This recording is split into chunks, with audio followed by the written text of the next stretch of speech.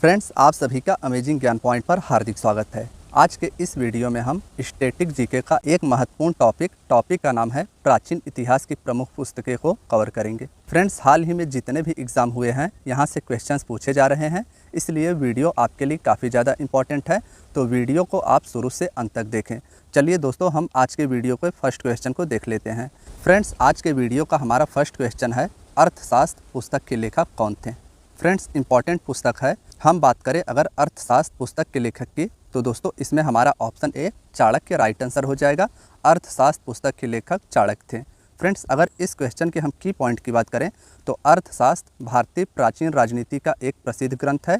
आप सभी को इसमें यह भी याद रखना है कि अर्थशास्त्र राजनीति से संबंधित पुस्तक थी और इसके रचनाकार विष्णुगुप्त, कौटिल्य या चाणक्य थे।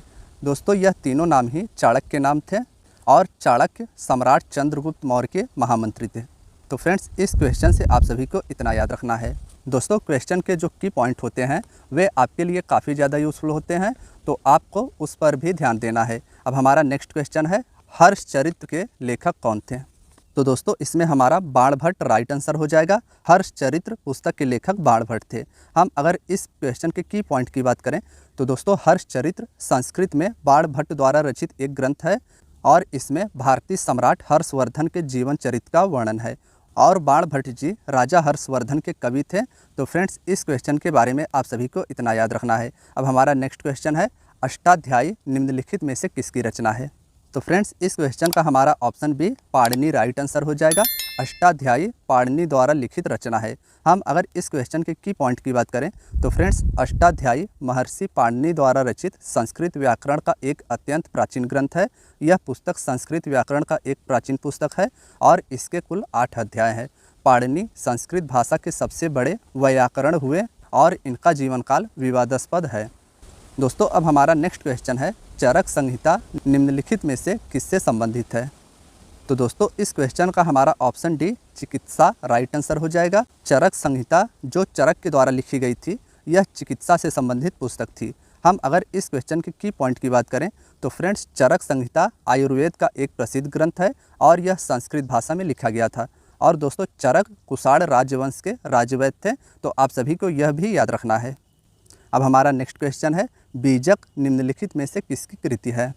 काफ़ी ज़्यादा इंपॉर्टेंट पुस्तक है। फ्रेंड्स, हम अगर बात करें बीजक की तो यह कबीरदास जी की कृति है, तो इसमें हमारा ऑप्शन डी राइट आंसर हो जाएगा। हम अगर इस क्वेश्चन के की पॉइंट की बात करें तो दोस्तों कबीरदास का जन्म 14वीं या 15वीं शताब्दी में काशी वर्तमान समय का वाराणसी में हुआ था और इनकी मृत्यु मगहर उत्तर प्रदेश में हुई थी। अब हमारा नेक्स्ट क्वेश्चन है, नाट्यशास्त्र के रचयिता कौन थे। फ्रेंड्स, नाट्यशास्त्र के रचयिता भरत मुनि थे, तो इस क्वेश्चन में हमारा ऑप्शन ए राइट आंसर हो जाएगा। हम अगर इस क्वेश्चन के की पॉइंट की बात करें तो भरत मुनि द्वारा रचित ग्रंथ नाट्यशास्त्र भारतीय नाट्य और काव्यशास्त्र का आदि ग्रंथ है। अब हमारा नेक्स्ट क्वेश्चन है, पद्मावती कथा के लेखक कौन है। तो दोस्तों पद्मावती कथा के लेखक मलिक मोहम्मद जायसी थे, तो इसमें हमारा ऑप्शन सी राइट आंसर हो जाएगा। यह आप सभी को याद रखना है। हम अगर बात करें पद्मावती की तो दोस्तों पद्मावती या पद्मिनी चित्तौड़ राजा रतन सिंह की पत्नी थी या रानी थी और मलिक मोहम्मद जायसी एक भारतीय सूफी कवि थे। मलिक मोहम्मद जायसी ने शेर शाह के शासनकाल में पद्मावत पूरी की थी। तो दोस्तों आप सभी यह भी इससे याद रख सकते हैं कि मलिक मोहम्मद जायसी ने शेर शाह सूरी के शासनकाल के दौरान पद्मावत को पूरी की थी। फ्रेंड्स, अब हमारा नेक्स्ट क्वेश्चन है, काव्यदर्श नामक ग्रंथ की रचना किसके द्वारा की गई थी। तो इस क्वेश्चन का हमारा ऑप्शन डी दंडी राइट आंसर हो जाएगा। फ्रेंड्स, दंडी के द्वारा काव्यदर्श नामक ग्रंथ की रचना की गई थी। हम अगर इस क्वेश्चन के की पॉइंट की बात करें तो फ्रेंड्स, काव्यदर्श अलंकार शास्त्राचार्य दंडी द्वारा रचित संस्कृत काव्यशास्त्र संबंधित प्रसिद्ध ग्रंथ है और दंडी संस्कृत के प्रसिद्ध साहित्यकार थे जो 6वीं शताब्दी के अंत और 7वीं शताब्दी के प्रारंभ में सक्रिय थे। फ्रेंड्स, दंडी की 3 प्रमुख रचनाएं थीं, काव्यदर्श, 10 कुमार चरित्र और अवंती सुंदरी कथा। तो ये प्रमुख पुस्तकें भी दंडी से संबंधित है, यह भी आप सभी को याद कर लेना है। फ्रेंड्स, अब हमारा नेक्स्ट क्वेश्चन है, नागनंद प्रियदर्शिका एवं रनावली निम्नलिखित में से किसकी रचनाएं हैं। फ्रेंड्स, यह जो पुस्तक नागनंद है इसे नागानंद भी कहा जाता है और इसका अर्थ हो जाएगा नागों का आनंद। फ्रेंड्स, अगर इस क्वेश्चन के हम आंसर की बात करें तो इसमें हमारा option C Harshavardhana right answer हो जाएगा। नागानंद प्रियदर्शिका तथा रत्नावली नामक पुस्तकों की रचना राजा हर्षवर्धन के द्वारा की गई थी। हम इस क्वेश्चन के की पॉइंट की बात करें तो फ्रेंड्स, नागानंद, जिसका शाब्दिक अर्थ नागों का आनंद हो जाएगा, राजा हर्षवर्धन द्वारा रचित संस्कृत नाटक है। इसमें गरुड़ देवता को खुश करने के लिए, नागों की बलि देने को रोकने के लिए राजा जीमूतवाहन द्वारा अपने शरीर के त्याग की कहानी है। और दोस्तों, हर्षवर्धन वर्धन राजवंश के शासक भाकर वर्धन के पुत्र थे और इनकी राजधानी कनौज थी। तो यह भी आप सभी को इस क्वेश्चन से याद रख लेना है। हमारा नेक्स्ट क्वेश्चन है, हुमायूंनामा के लेखक कौन थे या थी? फ्रेंड्स, इस क्वेश्चन का हमारा ऑप्शन बी गुलबदन बेगम राइट आंसर हो जाएगा। हुमायूं जो कि बाबर का पुत्र था और हुमायूं की बहन थी गुलबदन बेगम, और इसी के द्वारा हुमायूंनामा का लेखन किया गया था। फ्रेंड्स, अगर इस क्वेश्चन के की पॉइंट की बात करें तो गुलबदन बेगम मुगल शासक बाबर की सबसे छोटी बेटी थी। अब हमारा नेक्स्ट क्वेश्चन है, मिताक्षरा किसकी रचना है? मोस्ट इंपॉर्टेंट रचना है। तो फ्रेंड्स, इस क्वेश्चन के अगर हम आंसर की बात करें तो इसमें हमारा option B Vijnaneshwara right answer हो जाएगा। मिताक्षरा विज्ञानेश्वर की रचना है। अब हम इस क्वेश्चन के की पॉइंट में देखेंगे, इससे संबंधित जो महत्वपूर्ण तथ्य है दोस्तों, हिंदू उत्तराधिकार संबंधित भारतीय कानून को लागू करने के लिए मुख्य रूप से 2 मान्यताओं को माना जाता है। पहला है दाया भागमत तथा दूसरा है मिताक्षरा। और हम बात करें अगर दाया भागमत की तो यह बंगाल और असम में लागू है। दूसरा है मिताक्षरा जो शेष भारत में मान्य है। विज्ञानेश्वर पश्चिमी चालुक्य शासक विक्रमादित्य खष्ट के सभापति थे। तो फ्रेंड्स, इस क्वेश्चन से आप सभी को इतना याद रखना है। अब हमारा नेक्स्ट क्वेश्चन है, लीलावती पुस्तक किससे संबंधित है? फ्रेंड्स, यह क्वेश्चन आप सभी से थोड़ा घुमा कर पूछा गया है। आप सभी को बताना है कि लीलावती पुस्तक किससे संबंधित है। दोस्तों, इस क्वेश्चन का जो हमारा राइट आंसर हो जाएगा वह हो जाएगा ऑप्शन ए, लीलावती पुस्तक गणित से संबंधित है। हम अगर इस क्वेश्चन के की पॉइंट की बात करें तो फ्रेंड्स, लीलावती पुस्तक के लेखक भास्कराचार्य थे। मोस्ट इंपॉर्टेंट है, भास्कराचार्य वैदिक परंपरा के गणितज्ञ और खगोल शास्त्री थे और इन्हीं के द्वारा लीलावती पुस्तक को लिखा गया था। और आगे आप सभी को यह भी याद रखना है कि आर्यभट्टियम और आर्य सिद्धांत भी इन्हीं की कृति है। दोस्तों, अब हमारा नेक्स्ट क्वेश्चन है, महाभारत महाकाव्य का मौलिक नाम क्या है? फ्रेंड्स, क्वेश्चन के साथ साथ आप सभी को आंसर भी गेस करना है, जिससे आपको पता चले इन क्वेश्चंस में से कितने आपके सही हैं, और कमेंट करके हमें आंसर अपना ज़रूर बताइएगा। हम अगर इस क्वेश्चन की बात करें तो फ्रेंड्स, महाकाव्य महाभारत का मौलिक नाम जय संहिता था। तो इसमें हमारा ऑप्शन डी राइट आंसर हो जाएगा। हम इस क्वेश्चन के की पॉइंट की बात करें तो प्रसिद्ध महाकाव्य महाभारत ऋषि वेद व्यास द्वारा लिखा गया था। हम अन्य पुस्तकों की बात करें, तुलसीदास जी के द्वारा रामचरितमानस लिखी गई थी, कालिदास जी के द्वारा शकुंतला लिखा गया था, महर्षि वाल्मीकि के द्वारा रामायण ग्रंथ लिखा गया था। तो इन पुस्तकों के बारे में भी आप सभी को याद रखना है। अब हमारा नेक्स्ट क्वेश्चन है, बुद्ध चरित्र निम्नलिखित में से किसकी कृति है? तो दोस्तों, इस क्वेश्चन का हमारा ऑप्शन डी अश्वघोष राइट आंसर हो जाएगा। बुद्ध चरित्र को अश्वघोष के द्वारा लिखा गया था। फ्रेंड्स, अगर हम बात करें बुद्ध चरित्र की तो संस्कृत का यह एक महाकाव्य है और इसके रचयिता अश्वघोष जी थे और इस पुस्तक की रचना 2री शताब्दी में हुई थी। इसमें गौतम बुद्ध के जीवन चरित्र का वर्णन है। हमारा नेक्स्ट क्वेश्चन है, महाभाष्य किसकी कृति है? तो दोस्तों, इस क्वेश्चन का हमारा option B Patanjali right answer हो जाएगा। महाभाष्य पतंजलि की कृति है। फ्रेंड्स, अगर इस क्वेश्चन के हम की पॉइंट की बात करें तो महाभाष्य महर्षि पतंजलि द्वारा रचित है और पतंजलि ने पाणिनि के अष्टाध्यायी के कुछ चुने हुए सूत्रों पर भाष्य लिखा था, जिसे व्याकरण महाभाष्य का नाम दिया गया। दोस्तों, अब हमारा अगला क्वेश्चन है, वृहत संहिता के रचनाकार कौन है? तो दोस्तों, वृहत संहिता के रचनाकार वराह मिहिर जी हो जाएंगे। तो इस क्वेश्चन का हमारा ऑप्शन बी राइट आंसर हो जाएगा। हम इस क्वेश्चन के की पॉइंट की बात करें तो दोस्तों, वृहत संहिता को वराह मिहिर ने लिखा। वराह मिहिर भारतीय गणितज्ञ एवं खगोलज्ञ थे और ये चंद्रगुप्त विक्रमादित्य के 9 रत्नों में से एक थे। तो ये सभी बातें भी आप सभी को याद रखनी है। अब हमारा अगला क्वेश्चन है, मृच्छकटिकम निम्नलिखित में से किसकी रचना है? फ्रेंड्स, इस क्वेश्चन का हमारा option C Shudraka right answer हो जाएगा। मृच्छकटिकम शूद्रक की रचना है। हम अगर इस क्वेश्चन के की पॉइंट की बात करें तो दोस्तों, मृच्छकटिकम अर्थात मिट्टी का खिलौना या मिट्टी का गाड़ी हो जाएगा और इसके रचनाकार शूद्रक हैं। और मृच्छकटिकम नामक जो नाटक है इसकी पृष्ठभूमि पाटलिपुत्र आधुनिक पटना है। दोस्तों, अब हमारा नेक्स्ट क्वेश्चन है, मुद्रा राक्षस किसकी कृति है? दोस्तों, मुद्रा राक्षस विशाख दत्त जी की कृति है। तो इसमें हमारा ऑप्शन बी राइट आंसर हो जाएगा। हम अगर बात करें विशाख दत्त की तो विशाख दत्त गुप्त काल के प्रसिद्ध नाटककार थे और इनकी कृति मुद्रा राक्षस थी। अब हमारा अगला क्वेश्चन है, 10 कुमार चरित्रम किसकी रचना है।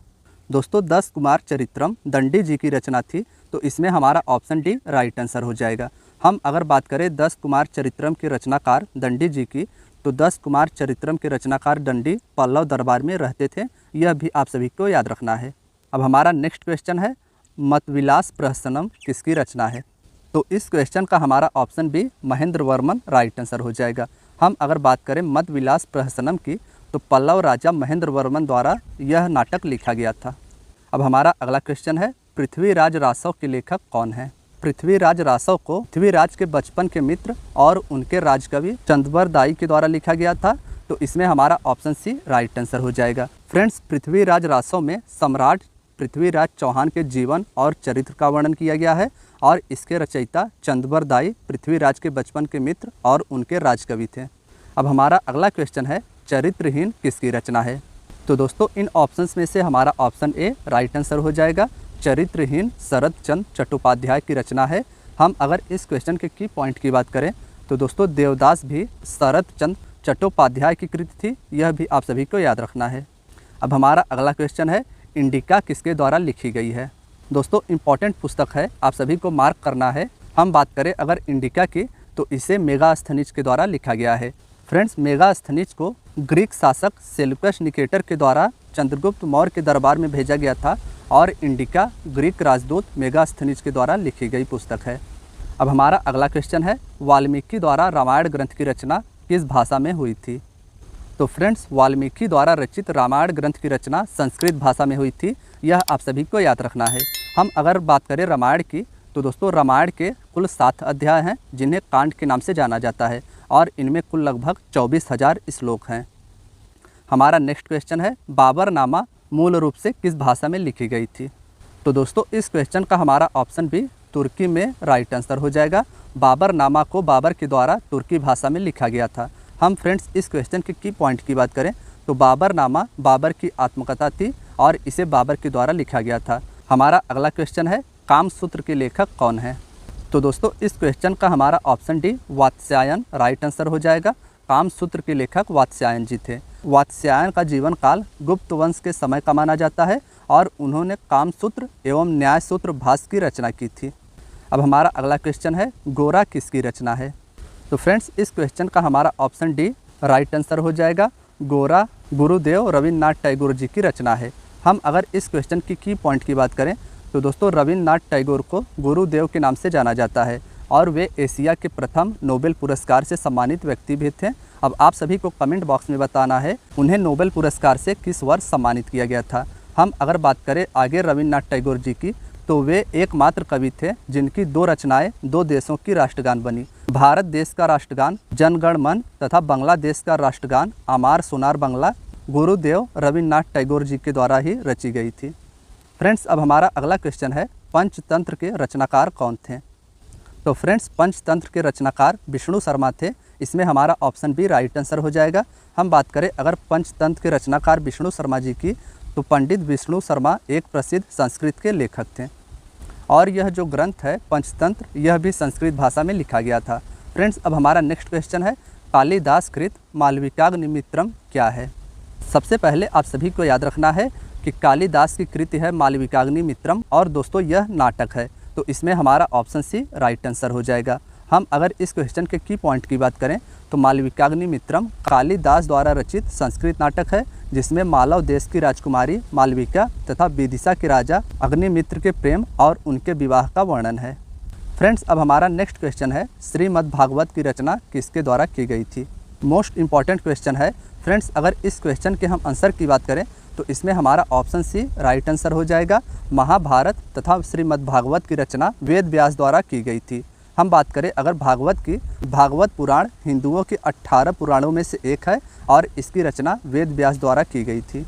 हमारा अगला क्वेश्चन है, रजनामा किस ग्रंथ का फारसी अनुवाद है। तो इस क्वेश्चन का हमारा ऑप्शन डी राइट आंसर हो जाएगा।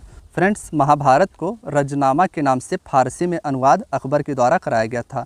हम अगर इस क्वेश्चन के की पॉइंट की बात करें, तो रजनामा महाभारत का फारसी अनुवाद है, जो कि मुग़ल बादशाह अकबर के समय में करवाया गया था।